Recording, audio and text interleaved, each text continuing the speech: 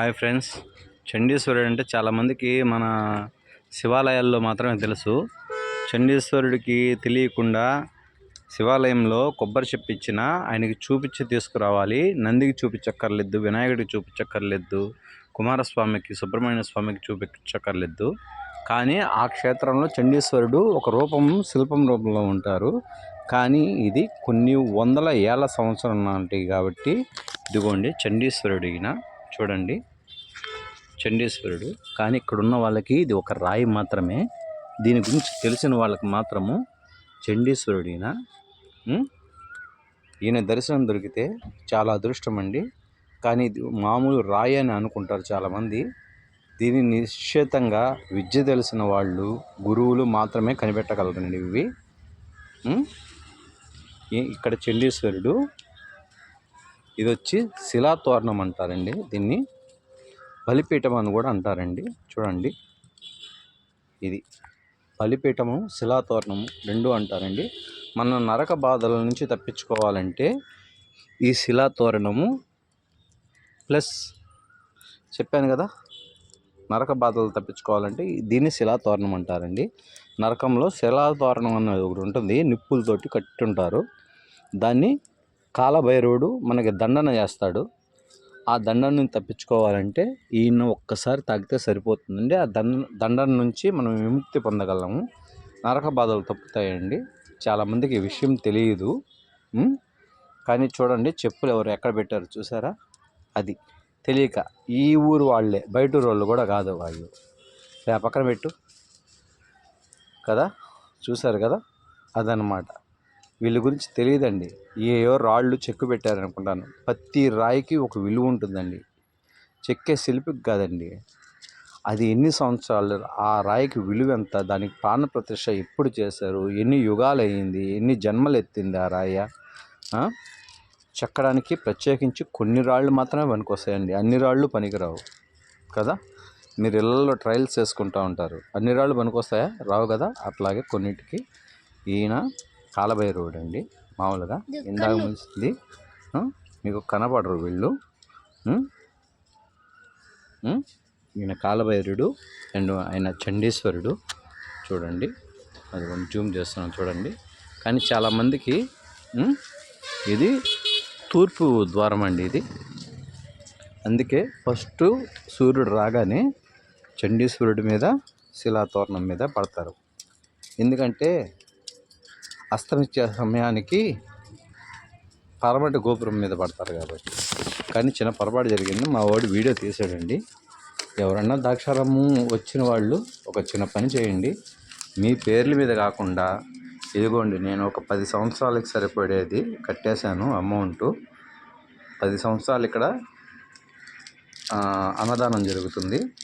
నేను నా పేరు మీద వద్దండి, భగవంతుడి పేరు మీదే చేసేయండి అని చెప్పాను. అయినా ఒప్పుకోలేదు. కనీసం పిల్లోడి పేరన్నా ఇవ్వండి అని చెప్పారు. 10 సంవత్సరాలు ఇంట్రెస్టే వస్తుందండి మీరు ఇచ్చిన అమౌంట్కి, ఆ ఇంట్రెస్ట్ తోటే జరిగిపోతుంది అని అన్నారు. ఇదిగోండి నా మొబైల్ నెంబరు, వాట్సాప్లో వాటిలో వీటిలో ఎత్తుక్కుంటున్నారు కదా. చూడండి, జంపా వీర వెంకట సత్యనారాయణ మా పెద్ద అబ్బాయి, జంపా వీర వెంకట మోక్షేంద్ర మా చిన్న అబ్బాయి.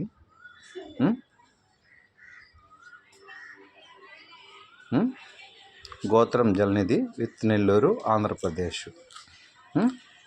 సరేనండి, ఇట్లా వచ్చి ఇవ్వండి.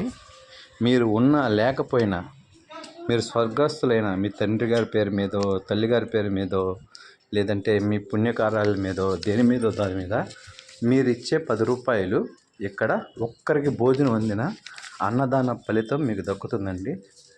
ఇలాగా చేసుకోండి. మీ పేర్లు అవసరం లేదండి, భగవంతుడి పేరే పెట్టుకోండి. ఎందుకంటే ఆ అన్నపూర్ణాదేవి అందరికీ అన్నం పెడుతుంది.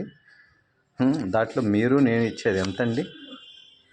ఇన్ని సంవత్సరాలు మనం తిన్న దాంట్లో ఇది ఎంతండి కదా. కానీ దీనివల్ల 10 సంవత్సరాలు ఇంట్రెస్ట్ వస్తుంది, 10 సంవత్సరాలు అన్నదానం జరుగుతుంది. అది ఎవరనేది అవతల వాళ్ళకి తెలియకుండా ఉండడానికే నేను భగవంతుడి పేరు పెట్టమన్నాను. కానీ ఆయన ఒప్పుకోలేదండి. పిల్లల పేరునన్నా రాస్తానండి, మేము యాడ్ చేసుకోవాలి తప్పదు, ఈ అమౌంట్ ఎవరు ఇచ్చారు అని చెప్పాను. మేము ఎంటర్ చేసుకోవడానికి ఖచ్చితంగా కావాలి అన్నాడండి.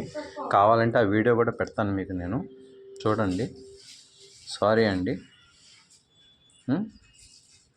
ఉంటాను ఫ్రెండ్స్. ఎవరైనా ద్రాక్షారామం వచ్చిన వాళ్ళు ఈ విధంగా ఇస్తే కొంచెం ఎక్కడెక్కడి నుంచో వచ్చిన వాళ్ళు మీ పేరు చెప్పుకొని 4 ముద్దలు తినెళ్తారు. అన్నదాన పుణ్యం అంతా ఇంత కాదండి. కాశీ క్షేత్రం పోతే అన్నపూర్ణాదేవిని ఎలా స్మరించుకుంటామో ఇది దక్షిణ కాశీ అండి. అక్కడికి వెళ్తే ఎంత పుణ్యమో అక్కడికంటే ఇక్కడ అంతకంటే పుణ్యఫలం ఎక్కువ అండి. ఎందుకంటే కాశీ క్షేత్రం ఏర్పడకముందే ద్రాక్షారామం ఏర్పడిందండి. సరేనండి. కాశీ క్షేత్రము గంగ పుట్టినప్పుడు పుట్టిందండి, కానీ ఇది అంతకు ముందే పుట్టిందండి. కొన్ని యుగాలు గడిచిపోయినాయి. అంటే 4 యుగాలు ఉన్నాయి కదా, ఆ యుగాల్లో మొదటి యుగంలోనే దీన్ని కట్టారు. 3వ యుగంలో కాశీ కట్టారు. 4వ యుగం కలియుగం. అందుకే అండి గంగమ్మ పాపాలను కడగడానికి కలియుగంలో వెలిసిందండి. 4వ యుగం లెక్కొస్తుంది. కానీ ఈ ద్రాక్షారామం కాదండి, మామూలుగా అయితే దక్షయజ్ఞం జరిగిన చోటిది. ఇక్కడే ఆయన శిరచ్ఛేదనం జరిగింది దక్షుడికి. ఆయన దక్ష ప్రజాపతి బ్రహ్మమానస పుత్రుడైన. వీళ్ళు శిలాపీఠాలు శిలాతోరణాలను గౌరవించండి. ఉంటానండి. బాయ్. కాల్స్ వస్తున్నాయి. Sorry friends. ఇలాగే వీడియోలు పెట్టలేకపోతున్నాను. అందరి సమస్యలు నాయనుకోవడం వల్ల. ఉంటానండి. బాయ్.